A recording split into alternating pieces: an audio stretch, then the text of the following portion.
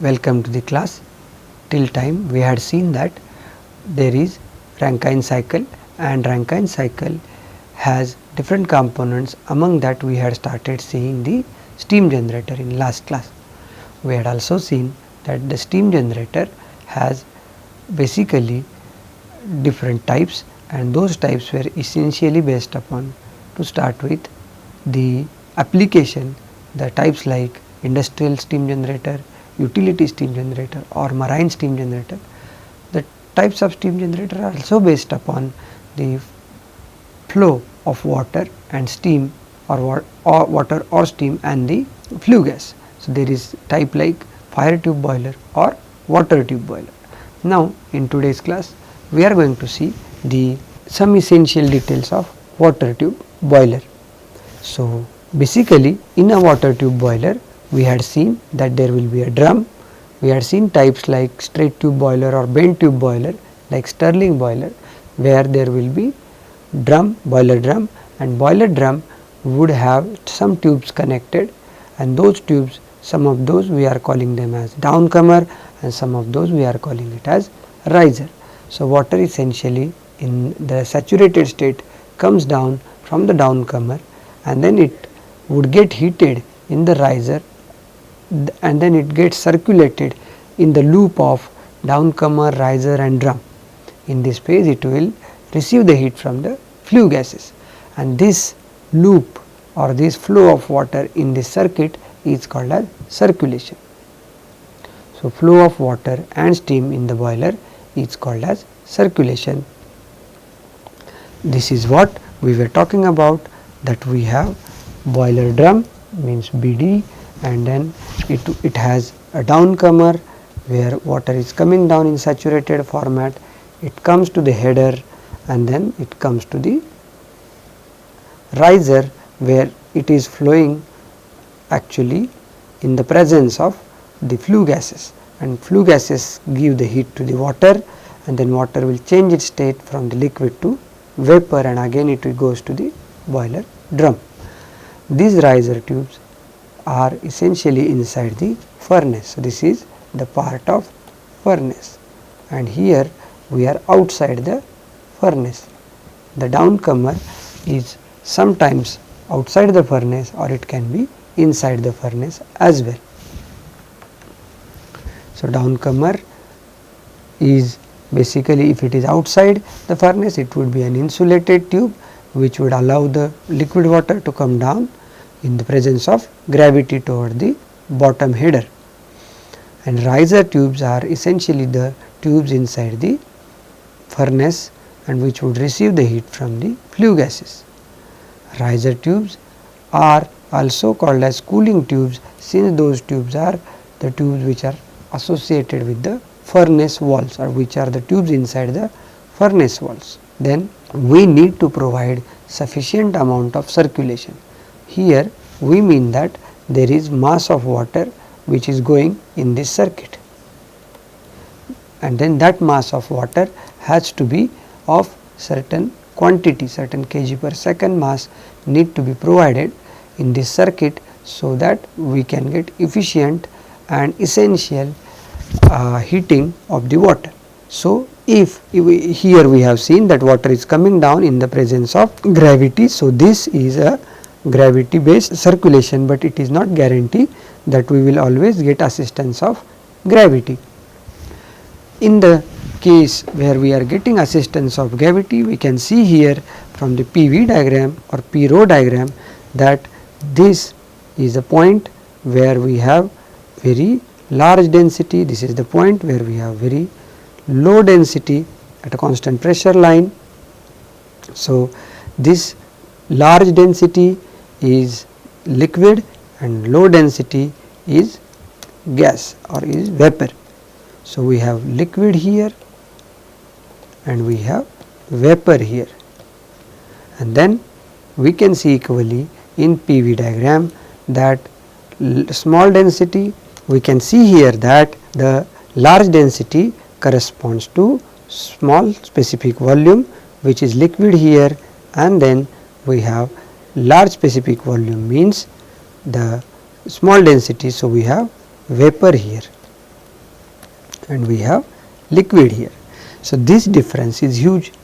So, we get at lower pressure large density difference for the help towards the natural circulation of water inside the said loop.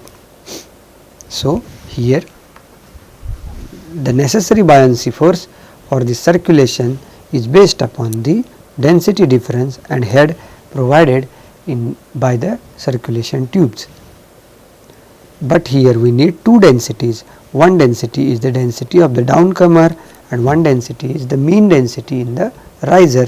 This mean density is the density from the bottom of the riser and the density from the top of the riser divided by 2.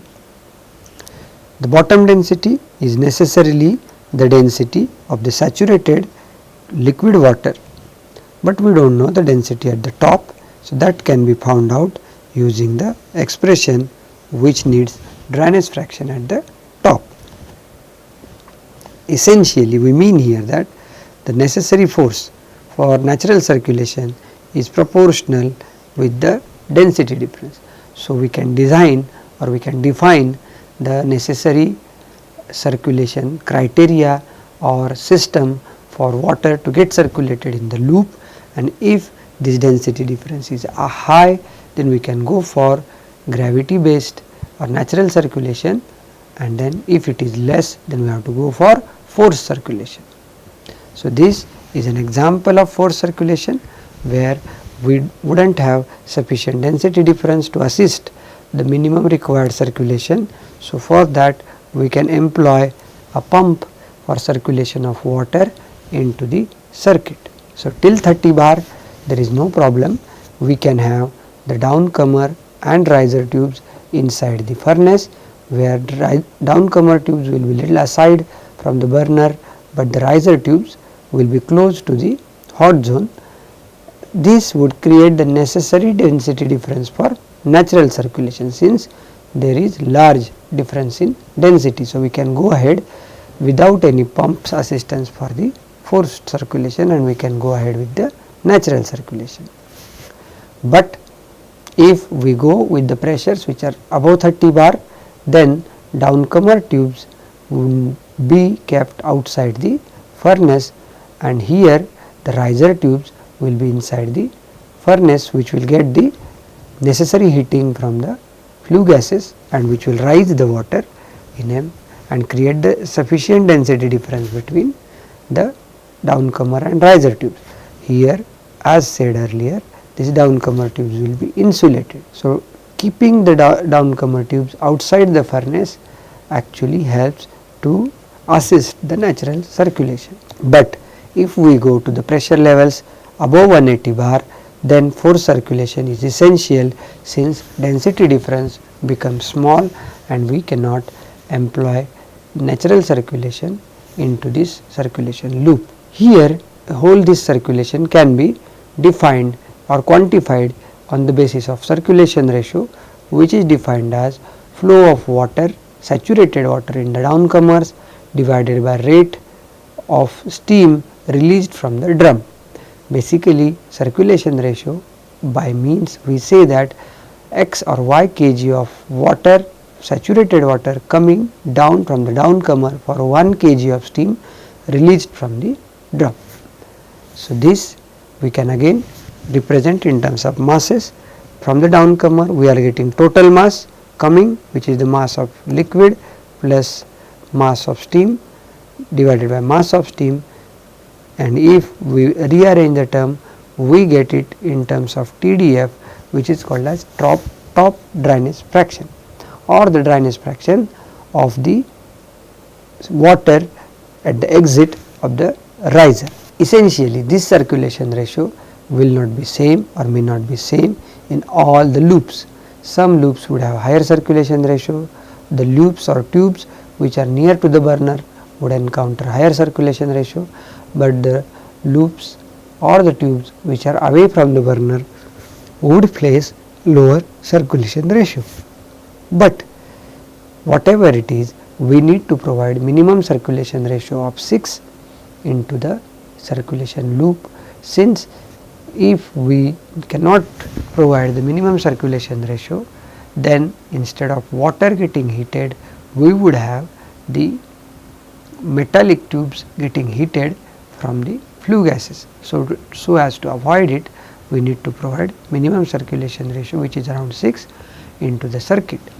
Further, we should have an upper limit of the circulation ratio, and that is said to be around 25, such that if we provide the circulation ratio more than 25, then we would have to heat the water through many passages, or we need to pass the water many times into the loop, since water will not be residing for longer amount of time into the tubes.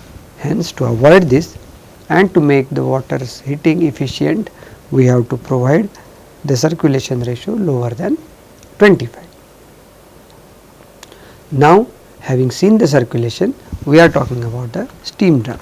So, steam drum here is the boiler drum basically receives the water from economizer.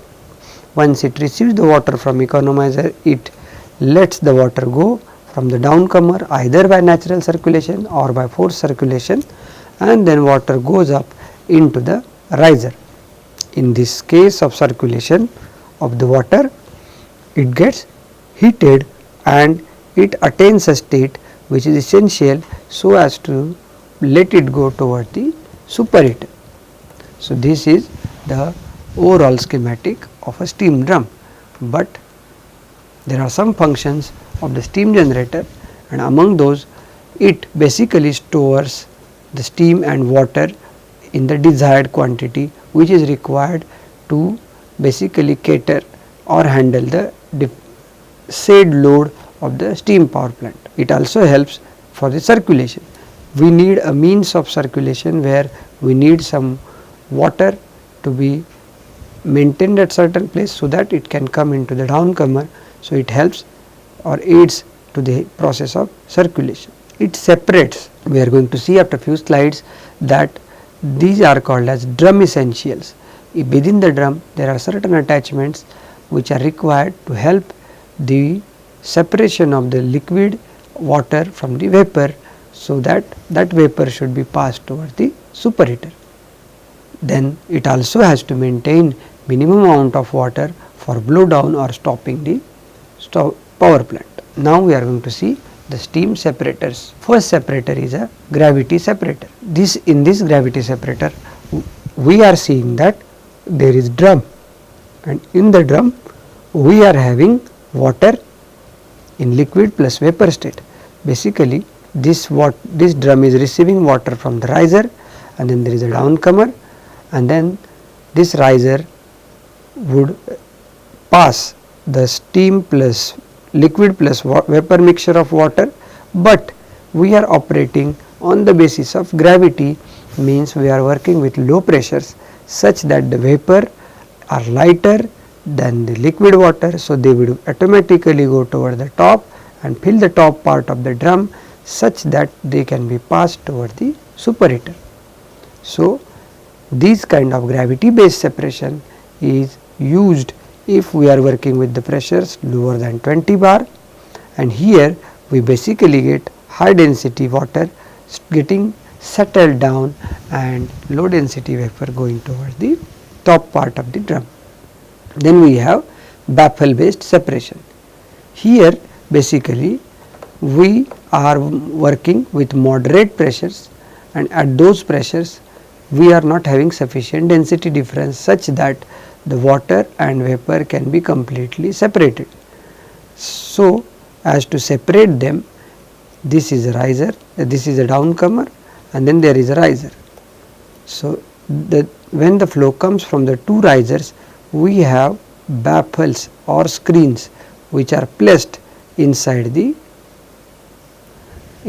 drum, and these baffles guide the water which is coming from the riser, and in this phase the water droplets would get settled on the baffles, and then they will settle down in due course of time into the drum, and then only vapor will get passed toward the exit. But at the exit we will have some more screens placed which will again capture the fine droplets of the water and only steam or which is vapor which is going toward the superheater. So, this is also called as mechanical separation system, which is basically helping the natural circulation or gravity along with the mechanical separation of the liquid water and the vapor.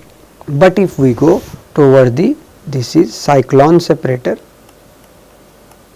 If we go towards the further high pressure, then we cannot employ the baffle or gravity based separator. So, we have to use cyclone separator. So, what do we mean by cyclone separator here?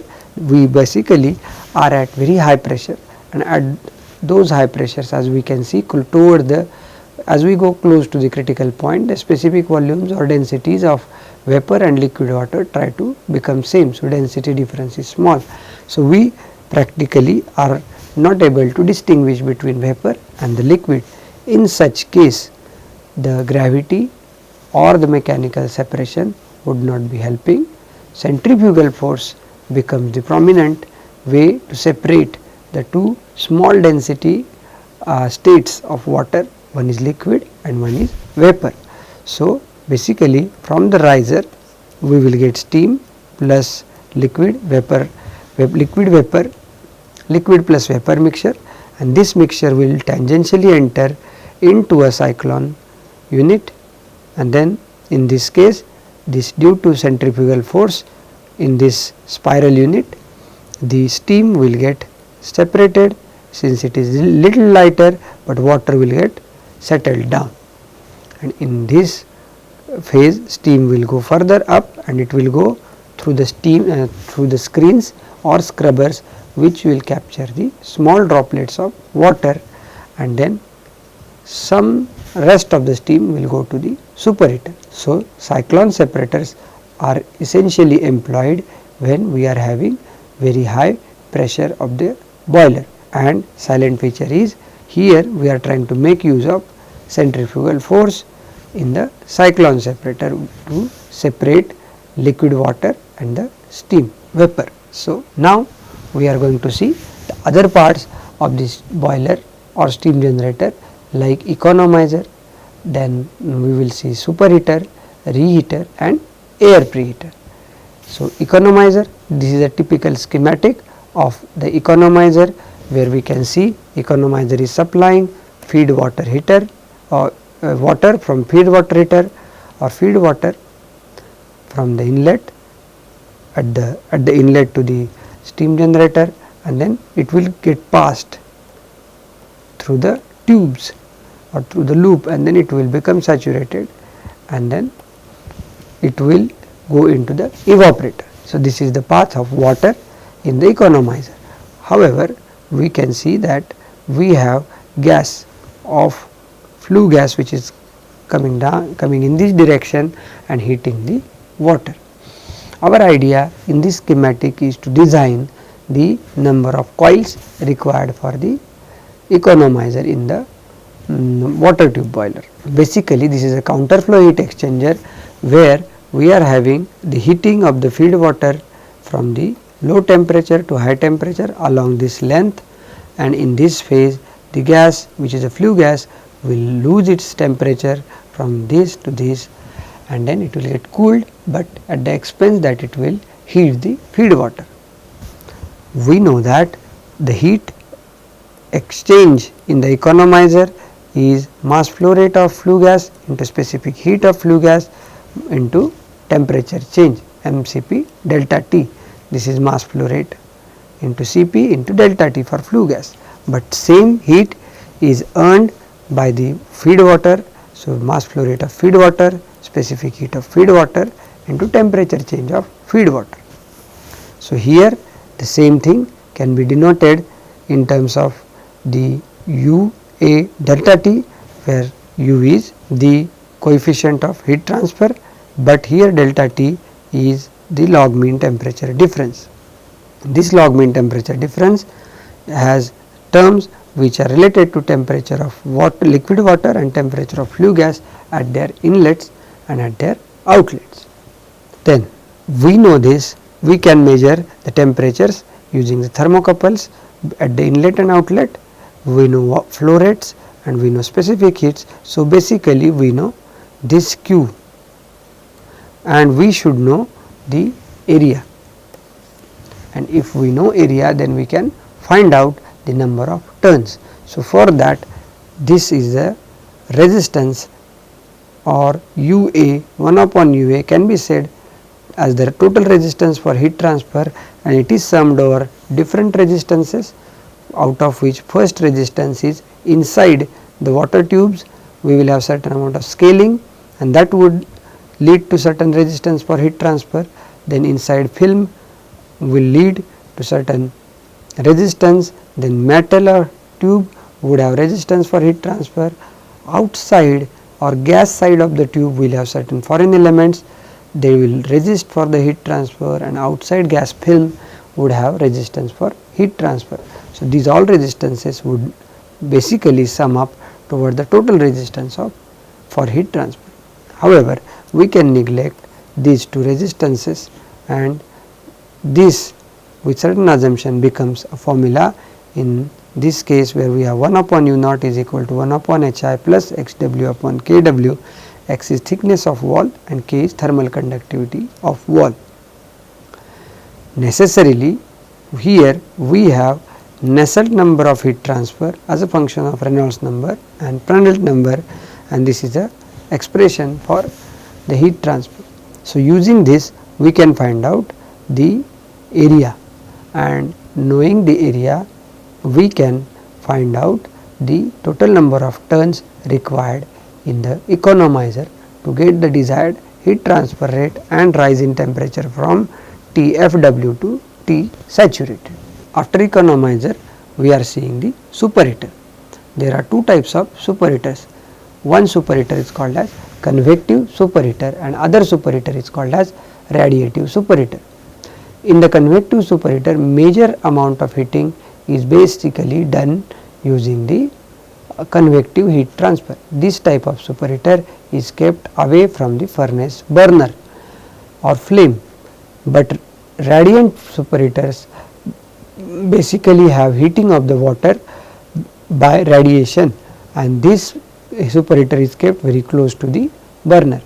Initially the steam from the evaporator would enter into the convective superheater and then it would go to the radiant superheater. Again we can use the similar philosophy for the superheater, where we have superheater, again water coming as the steam coming from the drum will enter the superheater, which is a convective superheater, and it will go to the radiative superheater. In this phase the steam would rise the temperature, since it is receiving the sensible energy and sensible heating, and then flue gas will reduce its temperature. We can again convective superheater will have heat exchange, which is mass of water, mass of flue gas, mass flow rate of flue gas into Cp of flue gas into temperature change, which is equal to change in enthalpy into mass flow rate of the steam. And then we can as well represent here the total heat transfer into UA delta T log mean. The similarly log mean temperature difference will have temperatures at different inlets and outlets of the heat exchange medias. The total resistance required over here, or U required over here, can be found out from the total resistance in this case, where essentially each resistances would be found out from the Nusselt number expression, and A naught is n pi do into L, where we are trying to find out number of coils required for the heat transfer. This is mass flow rate of the steam which is going through n number of coils and which have d diameters, and we have rho A V as the mass flow rate, where the rho is defined as 1 upon V, V is velocity into area. As what we have said, if we increase the steam flow rate, then convective heat transfer rate will increase in this fashion, but radiant heat transfer rate, radiant superheater will have lower heat transfer rate with the is increase in steam flow rate. But we have one more type of superheater which is called as combined, which will take both forms of heat. So, such superheater is called as combined superheater. In case of radiant superheater, we are basically receiving radiant energy, and radiant energy is sigma A shape factor into T raised to 4 for the fluid or feed water minus T raised to 4 for the water. This is F for furnace.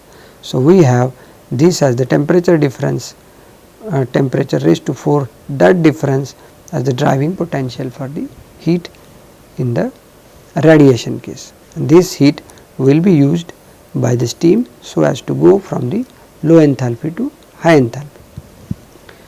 The mixed superheater is also existing, and an example for it is called as pendant type of superheater, where we can see here that initially we have steam which is coming out from the radiant superheater, and then this will go in counter way for the gas, but after some time this steam is going in the direction along the gas. So, for some distance we have the counter flow, and in some distance we have the parallel flow heat exchange. This is a necessary arrangement so far as construction of the steam generator is concerned, and this is corresponding temperature change diagram along the length of the superheater. So, this is how we can define the different dimensions of the superheater as well. Then on the same line we can define for the reheater, where again we will have reheater has the entry of the steam from the high pressure turbine, and then it will have exit to the low pressure or intermediate pressure turbine. In this phase it will get heated from the flue gas, and then this is the heating pattern of the steam, this is the lowering of the enthalpy of the gas. We again have heat transfer in the reheater as increase in enthalpy of the steam and lower enthalpy of the gas. Again we are interested in finding out area and number of turns of the reheater. So, for that we can represent this heat transfer as UA delta T, where delta T is log mean temperature difference. Here again we have total resistance as sum of the 3 resistances, and this is the mass flow rate of the steam into the reheater. Air preheater, as what we had seen that the flue gas was heating the water in the economizer, then it was heating the heating the two phase mixture in the evaporator, it is heating the superheater, and it is also heating the reheater.